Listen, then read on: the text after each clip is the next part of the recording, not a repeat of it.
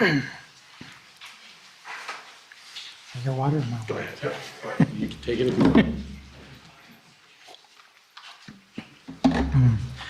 Good afternoon. My name is Daniel Bragagnolo with Ninko Developments. I'd like to welcome you today to 90 Carling Street, which is a symbol of progress and community here in Hamilton's vibrant Westdale Village community. Today we gather to celebrate a milestone in providing much-needed rental housing. The Ninko team, alongside our property management firm, Greenman Corp., would like to sincerely extend our sincere gratitude to all levels of government here today in providing their support and enthusiasm in bringing more rental stock to Ontario. Together, we are fostering a brighter future where every individual can find a place to call home. Thank you for being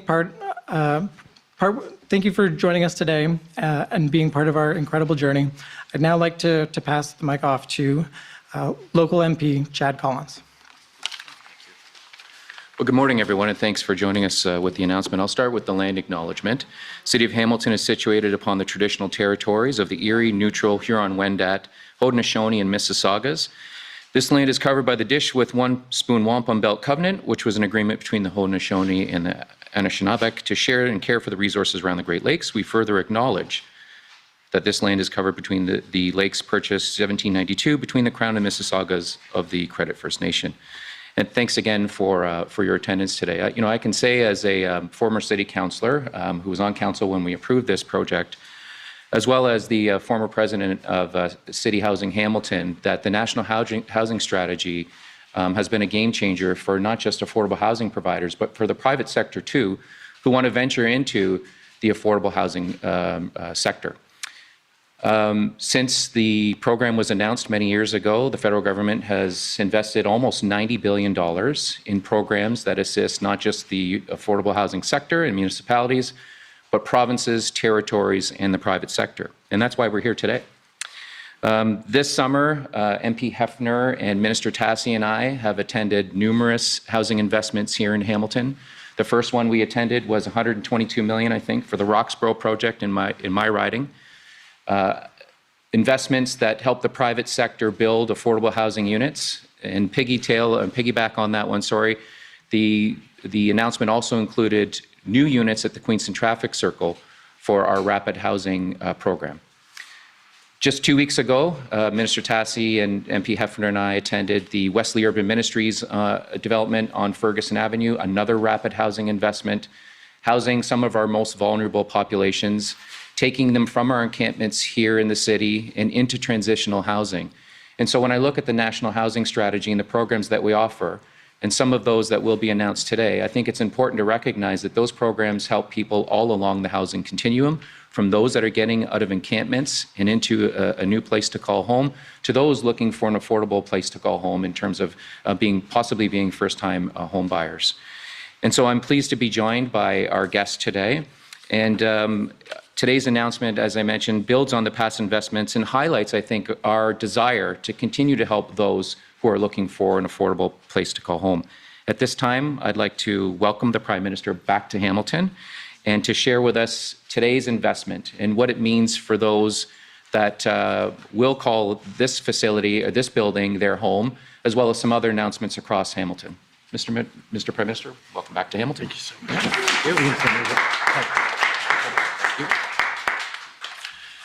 Bonjour tout le monde. Je veux commencer par remercier Chad pour son mot d'ouverture et je suis très heureux d'être ici avec Philomena et Lisa.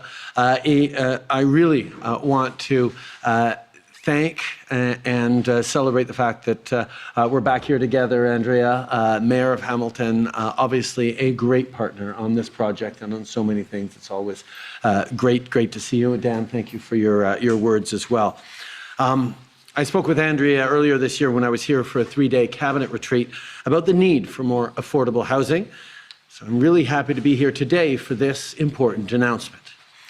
Hamilton is a thriving, growing community, and it's a sign of the strength and of all the economic activity that's going on here. But it also means that you need more places to live.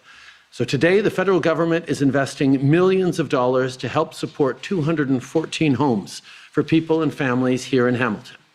This includes investments towards this rental housing unit being built here in Westdale on Carling, affordable housing in central Hamilton on Bay Street that will support people experiencing homelessness, particularly women and children, improved housing in Greenford on Clapham Road, including for seniors, and new affordable units in Lansdale on East Avenue that will help provide homes for Indigenous peoples in the community. The homes we're building today will help middle-class families and vulnerable people. And this builds on the work we've been doing to invest in housing here in Hamilton since day one. To date, we've built and repaired thousands of housing units in this community. Un des piliers importants de notre plan pour le logement, c'est d'augmenter l'offre. Et c'est exactement pourquoi on est réunis ici en construction. Mais on aide aussi les Canadiens épargnés pour acheter leur première maison. On le fait avec le nouveau compte d'épargne libre d'impôt pour l'achat d'une première propriété, qui est maintenant offert partout au pays, avec lequel vous pouvez économiser jusqu'à 40 000 $ sans payer d'impôt. En plus, on a des mesures pour mettre frein à la spéculation. Since 2015, we've helped nearly 2 million families and individuals get the housing they need, but we know there's lots more work to do. We have a plan, and we're working directly with municipalities right across the country. Our Housing Accelerator Fund is helping to increase supply and speed up construction by incentivizing cities and towns to get more homes built faster. Our most recent budget proposal put forward major funding for our urban, rural, and northern Indigenous housing strategy so we can meet the unique needs of Indigenous peoples. On pense aussi à l'initiative pour la création rapide de logements qui a dépassé nos attentes et a aidé à bâtir des milliers de logements abordables pour des personnes vulnérables. As Chad mentioned, the Rapid Housing Initiative has made a huge difference right across the country. There's a lot of work to do to help keep our country growing and make sure we're keeping up with demand while we keep building strong, diverse communities. And no order of government can do it alone. That's why our government takes an approach that is about direct, honest, and respectful collaboration, not just with all governments, but also with for-profit and not-for-profit partners. Now, the Conservative leader wants to pick fights, to bully communities into doing what he thinks is best, at the same time as he cuts investments in housing and in supports for families.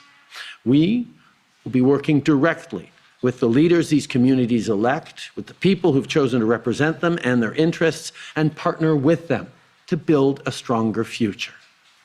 After all, confident communities invest in themselves and their future. That's what our government has been there to do consistently. We know that every city has its own needs, and today we're stepping up to help Hamilton.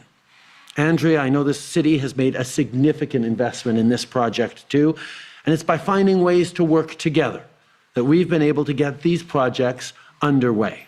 It's great to see the federal government and the municipal government able to work together, and we're continuing to look for ways that are going to make direct, meaningful impacts in the lives of Canadians, particularly vulnerable and lower-income Canadians in great growing cities like Hamilton. It's by finding ways to work together we've been able to get these such projects underway, and the one right here is anticipated to be completed within the next 6 months. Notre gouvernement sait qu'il faut travailler en partenariat avec les villes dans le respect et la collaboration. Aujourd'hui, on voit un exemple d'un résultat positif. Because we know that keeping up with the cost of living is putting a lot of strain on families.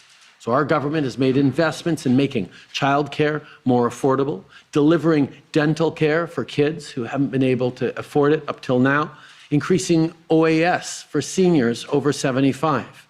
We've delivered support through the grocery rebate that's helping 11 million people this month, and the Enhanced Canada Workers Benefit with more money up front to help Canadians through the year are the kinds of things that are making a huge difference.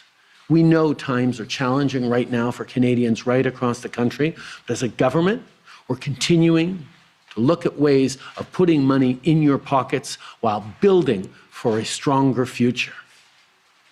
Throwing up our hands, saying things are broken, is not the way we're going to solve this. It's through partnership, it's through investment, it's through responsible, serious leadership that Canadians can get the support they need right now and be confident about the communities we're building together. But of all the cost of living challenges, we do know that housing is the most expensive thing. So today is about increasing housing supply, supporting Canadians, and helping people build the lives they want. I want to thank everyone who helped make this announcement possible today, including our hardworking MPs and the Mayor who've collaborated so incredibly well. I want to thank the hardworking construction workers, engineers, planners who are stepping up every day to do this even more. And of course, I look forward to the dedicated community neighbors all around who will be welcoming these people into their new homes. With that, I'm very happy to turn it over to Mayor Horwath. Andrea.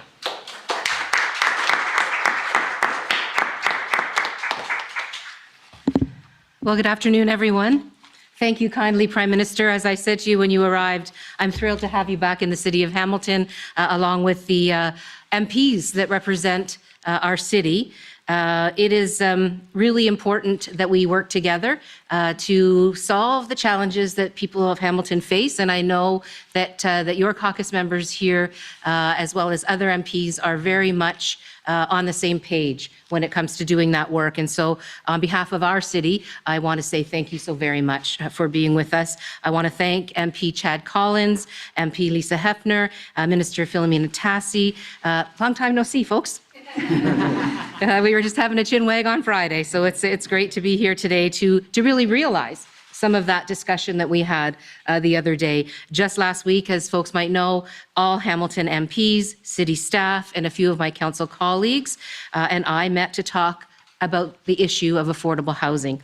And it was important, I think, to hear MP Collins talk about the continuum of housing.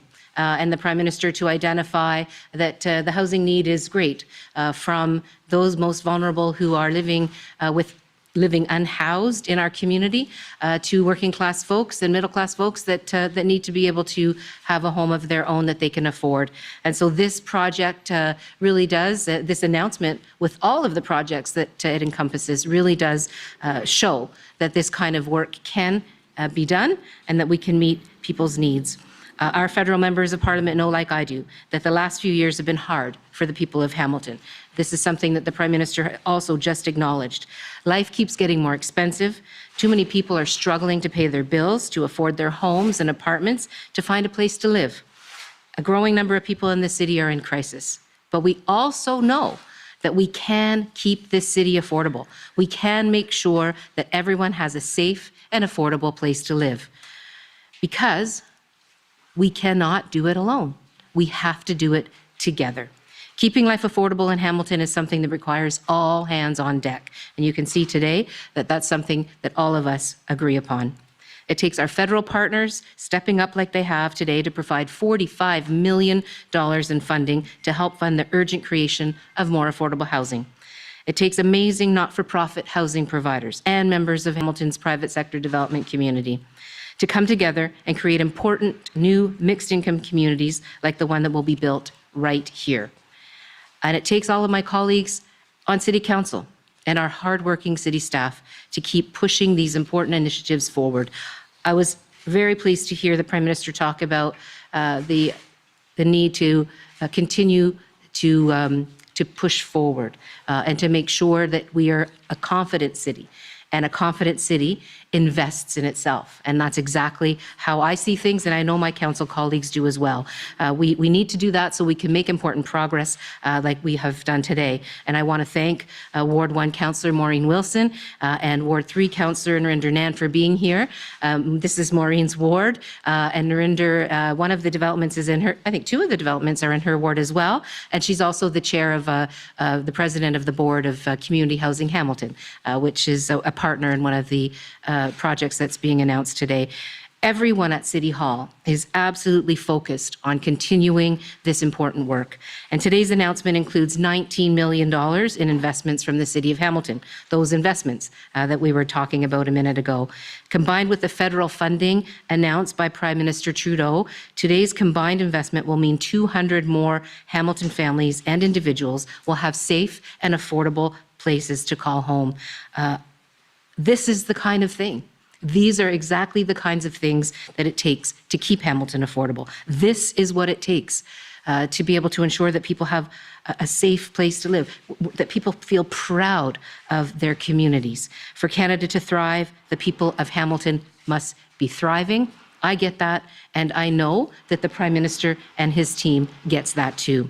And so, thank you, Prime Minister Trudeau. Thank you so much for your ongoing partnership and collaboration, and for this amazing demonstration, yet again, of your commitment to the people of Hamilton. Very much appreciated. I believe now it's time for the Prime Minister to take some questions. Thank you, They Mayor may have Horwath. questions for you too, which is all right with me. Thank you, Mayor Horwath, and thank you, Prime Minister, and thank you, MP Collins. We will now move to 20 minutes of questions from media. Nous allons commencer avec 20 minutes pour les questions des médias. Une question, un suivi, one question, one follow-up, and we will begin with Global News Hamilton. Hi, Prime Minister. This is Lisa Pileski with Global News Radio 900 CHML. So we were told that the affordable one-bedroom units in this particular build on Carling Street will be approximately $1,400 a month, with a max household income of $90,000 a year, and that ideal tenants for this build will be nurses. Just wondering if this is what is being considered affordable in Hamilton at this point, and what about the folks who are working in jobs where they make much less than that? Right now, we're facing a real challenge around housing in terms of supply. There's simply not enough places for people to live right across the lower and middle income spectrum. And that's why projects like this moving forward, and this isn't the only project, as I mentioned, there's a bundle of projects the federal government investing in across the city with about $45 million that are going towards these over 200 new units, is a part of the solution. But we know there is a lot more to do. And I'll be blunt as well. Housing isn't a primary federal responsibility. It's not something that we have direct carriage of, but it is something that we can and must help with. That's something we disagreed with our previous Conservative colleagues when Stephen Harper's government, with Pierre Poilievre being a big part of it, pulled themselves entirely out of the housing business for 10 years. And there was a lot of missed opportunities through that. So from the time we got elected in 2015, we were committed to building a national housing strategy, which we announced in 2017, and in continuing to be there to layer in and show up. But you're right, it's not just the federal government that can solve this. That's why having a great partner in a visionary city and council and mayor looking for how we can build solutions that are going to make sense for people and take pressures off all spaces in housing, and the more we can do to draw the province to the table. I'd love to be able to share this stage right now, not just with the Mayor of Hamilton, but with the province. They need to be stepping up as well, particularly on affordable housing. That is something that the federal government is taking very seriously, but we need all of us to be working together on, and that's what we're here to continue to do. Je pense que c'est hyper important de comprendre que on va continuer d'être là pour investir dans du logement abordable. On sait qu'il y a énormément de défis pour les familles de faibles revenus et même de moyens revenus d'accéder à des logements. C'est pour ça qu'on est en train d'augmenter l'offre de logements avec des projets comme ça. On annonce 4 différents projets aujourd'hui pour un total de 45 millions de dollars du fédéral. Mais on va continuer d'être là pour investir. Mais souvenons-nous que ce n'est pas une responsabilité fondamentale du fédéral d'investir en logement. On est là avec des programmes, que ce soit l'accélérateur, que ce soit le programme de logement rapide. On est là avec des milliards de dollars parce qu'on sait que tout le monde doit être à la table. Mais on doit en faire plus. Pas seulement avec les municipalités, mais aussi avec les provinces. J'aurais bien aimé voir la province ici aujourd'hui, mais on va continuer de les encourager d'investir dans des logements plus abordables. And follow-up is, one of the big crises that Hamiltonians are dealing with is rent evictions, where a landlord evicts a tenant to renovate the unit and then have people move in at a higher rent. There are tenants working with Hamilton Acorn who are fighting to stay in their units because they say if they get evicted, they'll be homeless. There's a woman I spoke with named Jen who is on ODSP. She can't afford $1,400 a month. So Acorn is asking the federal government to introduce a policy to give the right of first refusal to purchase apartment buildings to land trusts, co-ops, tenants, and nonprofits assets, and then backing that up through the creation of an acquisition fund that those entities can tap into to purchase those buildings. Is this something that your government would consider? There are a lot of really innovative and responsible solutions out there, a lot of great proposals, and that's why we work not only with municipalities, but with not-for-profit groups, with advocacy groups, with stakeholders who are there to try and support vulnerable people in this extremely difficult moment.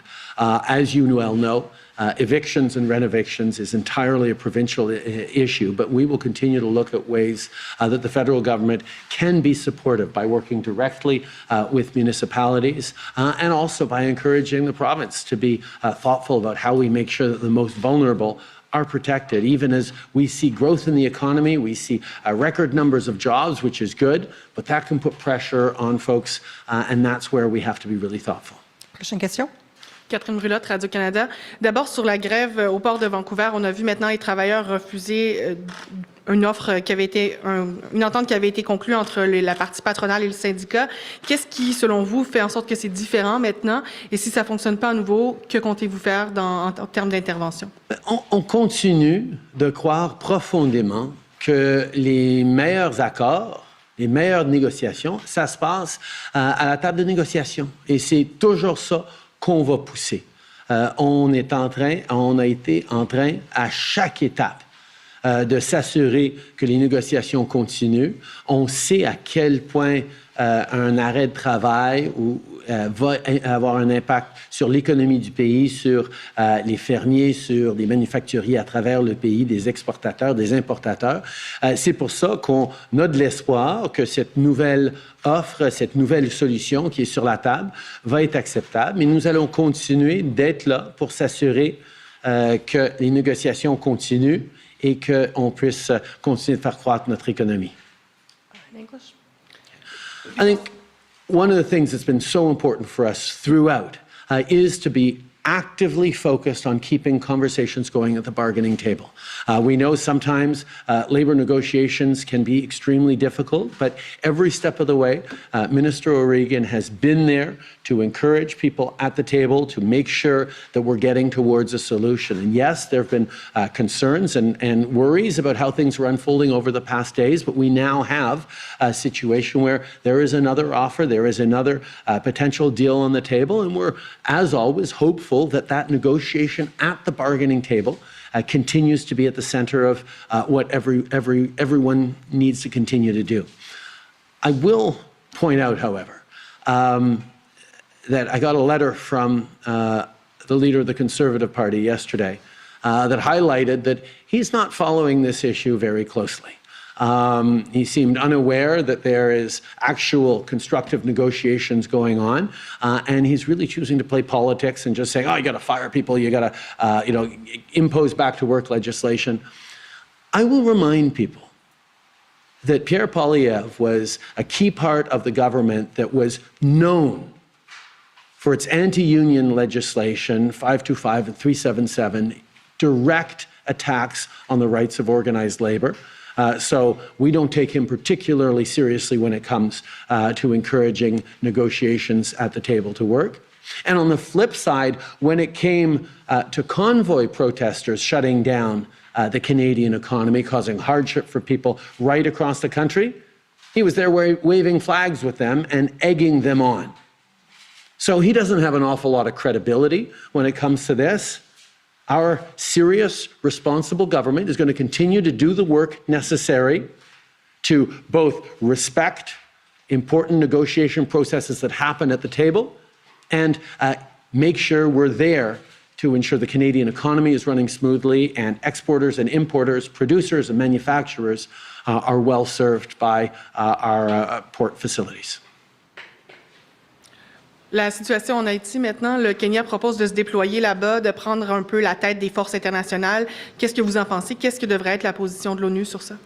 Mais le Canada, depuis longtemps maintenant, est à la tête d'un groupe d'une vingtaine de différents pays pour aider en Haïti. Ça fait 3 décennies qu'on est là en Haïti à différents moments pour aider à contrer la violence, l'instabilité politique, une situation humanitaire épouvantable. Et on se retrouve quand même maintenant dans une situation qui est parmi les pires qu'on ait jamais vus, malgré 30 ans d'appui et d'investissement. Donc, on ne peut pas tout simplement continuer de faire la même chose et espérer que les choses vont changer.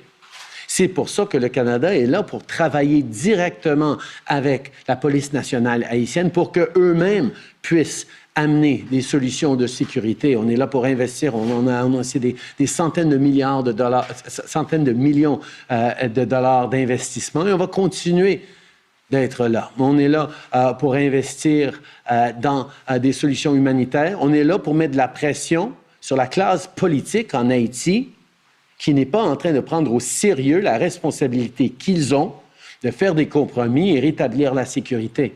On est en train de livrer des sanctions sur ces élites économiques en Haïti qui continuent de profiter de l'instabilité et continuent de financer les gangs.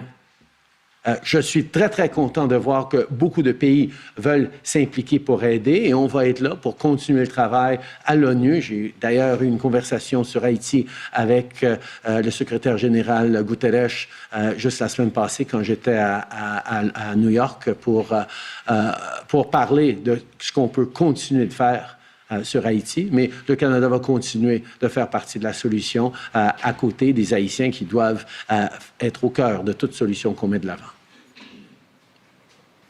Hi, Prime Minister. Al Sweeney from CHCH here in Hamilton. So here in Hamilton, we've got tent encampments with 165 people or more living in these encampments. The city's trying to be compassionate. They don't know what to, they haven't decided at this point how to handle it. And winter's coming up in several months before long-term projects like this can kick in. Any advice for Hamilton, what it should do here? Well, actually, a number of these units I've heard will start to be available as of this fall, so that's going to take off some of the pressure as well. Since 2015, we've invested about $365 million in housing in Hamilton that has resulted in creation of and refurbishment of a lot of units, but there's more to do. In terms of homelessness specifically, through Reaching Home, partnering with the City of Hamilton, we're talking about directly $60 million over the past years that we've put forward to help people in Hamilton. But this continues to be a challenge that we are very much seized with, that we're looking to different solutions. Many of the investments we're announcing today, the $45 million, will be available to the most vulnerable people, including people who are currently in encampments. But you're absolutely right. We have to keep working. We have to keep working together. And that's where the collaboration with the City of Hamilton, the compassionate leadership that Andrea has been showing, the presence to be funding partners that the federal government is doing, is part of that solution. Now, when conservatives look at tent encampments, simply throw up their hands and say, it's broken, we should cut funding because it doesn't work, that's exactly the wrong path. We need to be investing more to support people right now, even as we build greater economic opportunities into the future. And that compassionate, grounded in reason and science approach is what we're always going to work on together with a great partner like the Mayor of Hamilton. So a follow-up question for you. The BC port strike. We've also got National Steel Car that's been on strike in Hamilton for several weeks. And Metro grocery store workers have gone out on strike. They say they can't afford to shop in the stores where they work. There's every reason to believe we're going to see more of this as contracts expire. How are we going to handle this with more people asking for higher wages? Well, I think we've understood that these past years have been extremely difficult. Inflation put a lot of pressure on household budgets right across the board.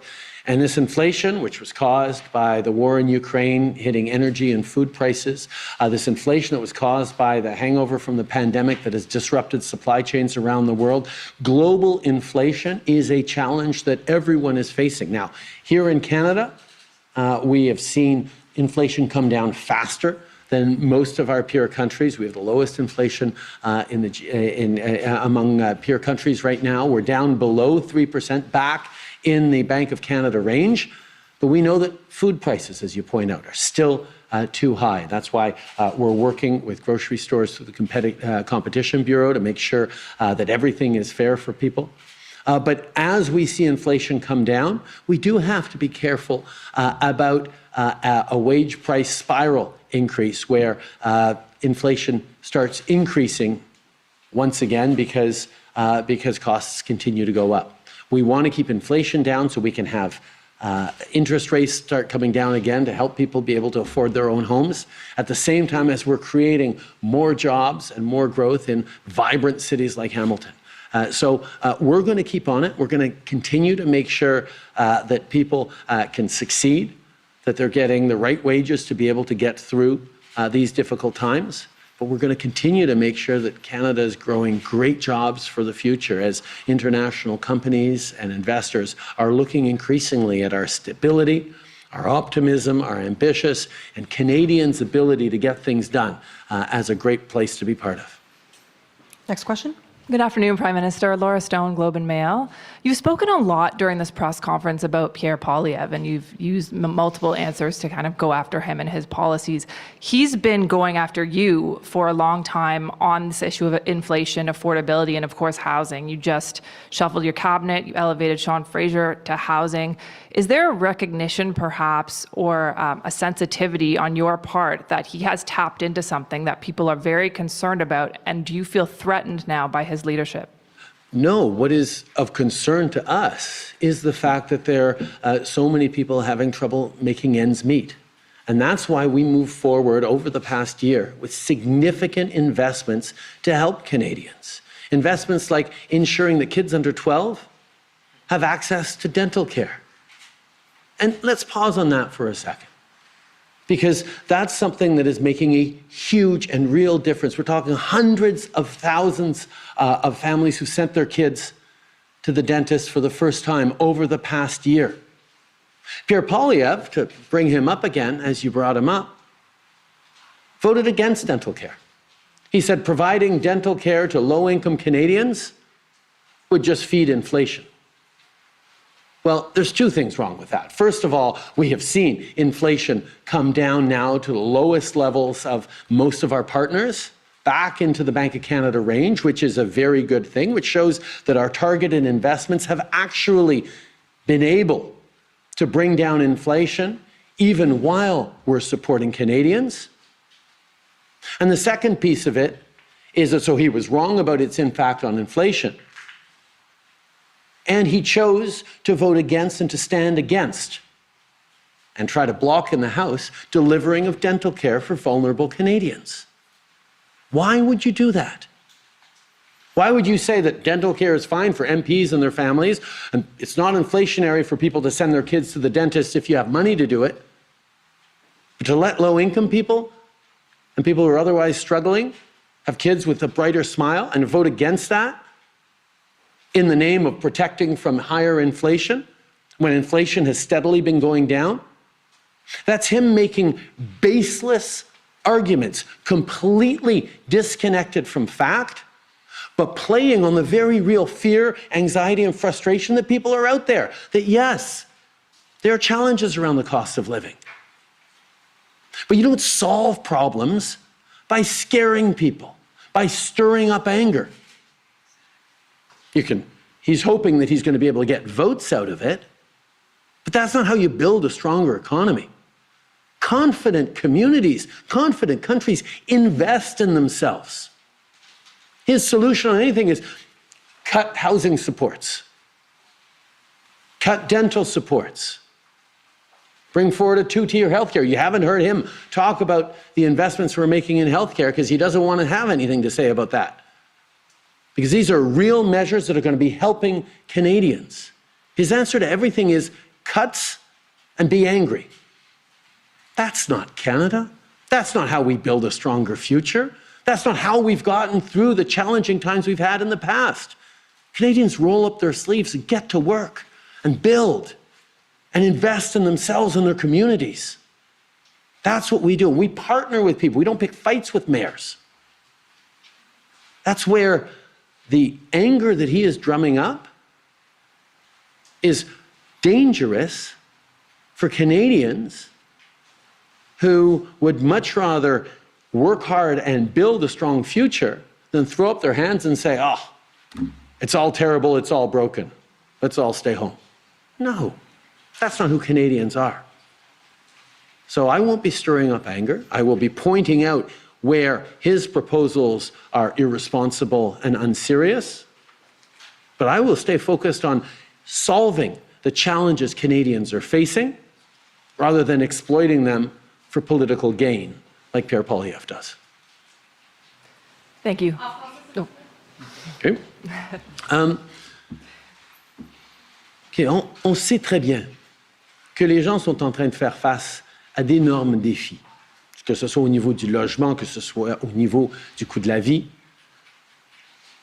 Et beaucoup de ces impacts sont à cause de l'inflation mondiale qu'on est en train de vivre.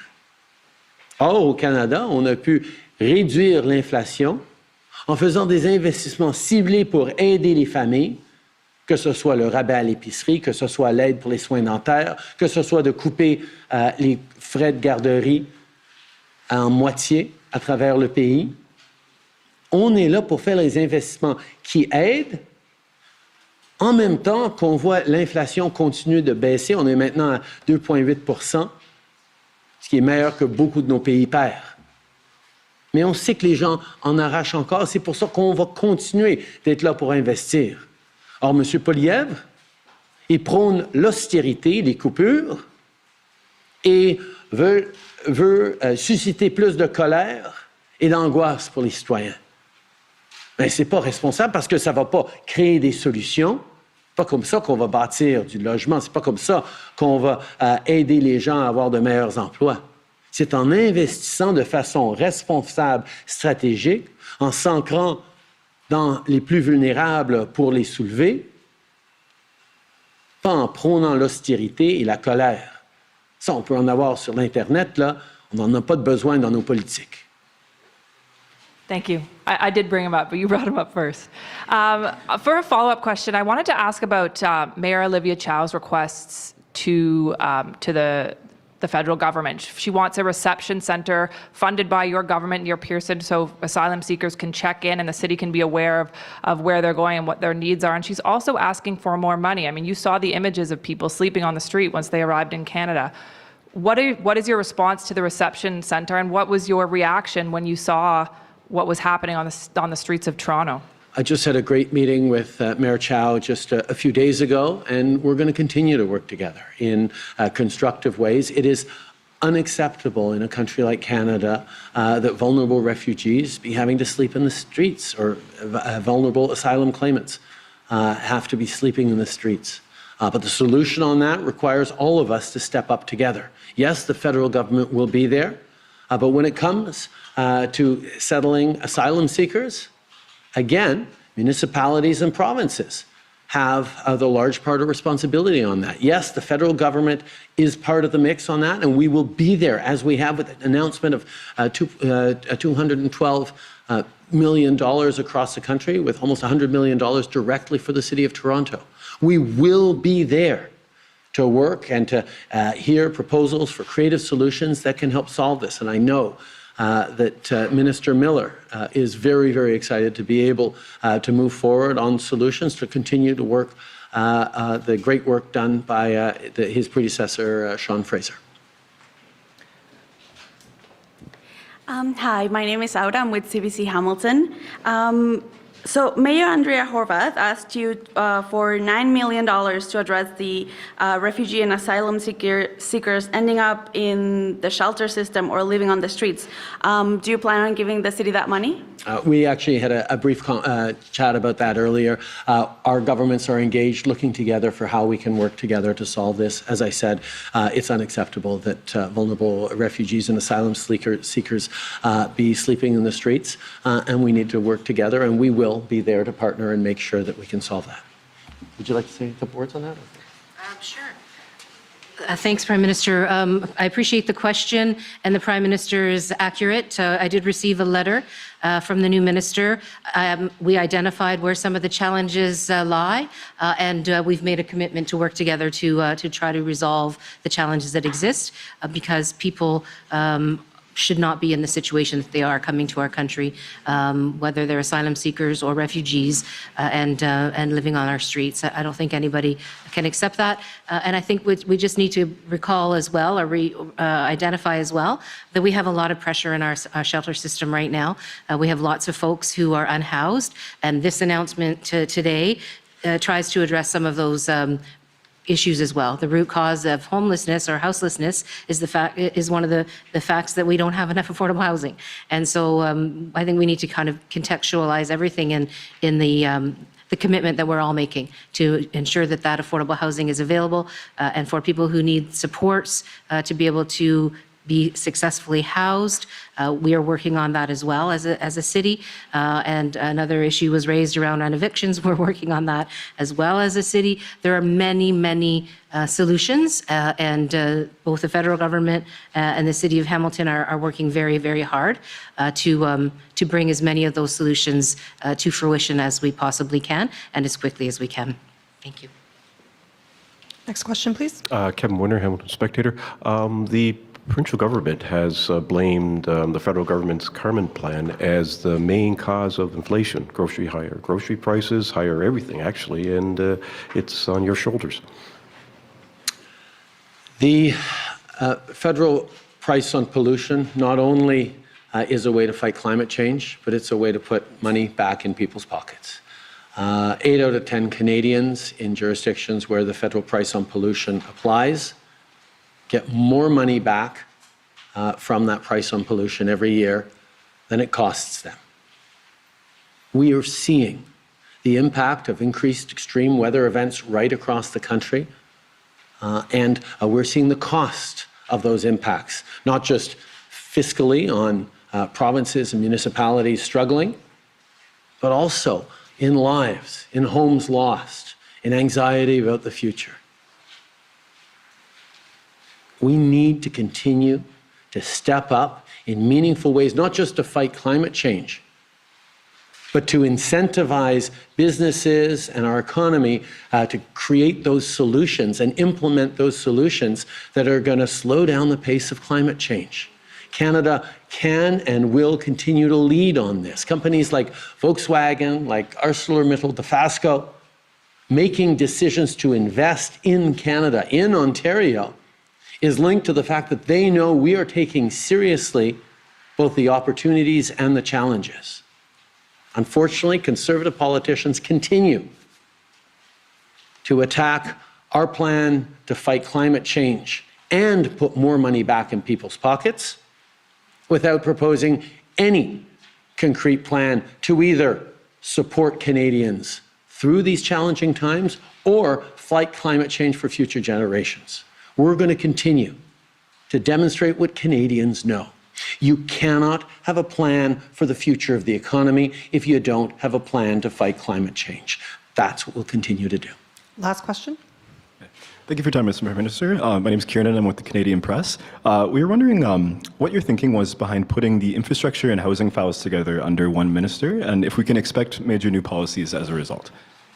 Sean Fraser has demonstrated an ability to manage difficult files and to move forward on ways that really impact Canadians positively. And that's why I'm excited to see him in this new housing and infrastructure file.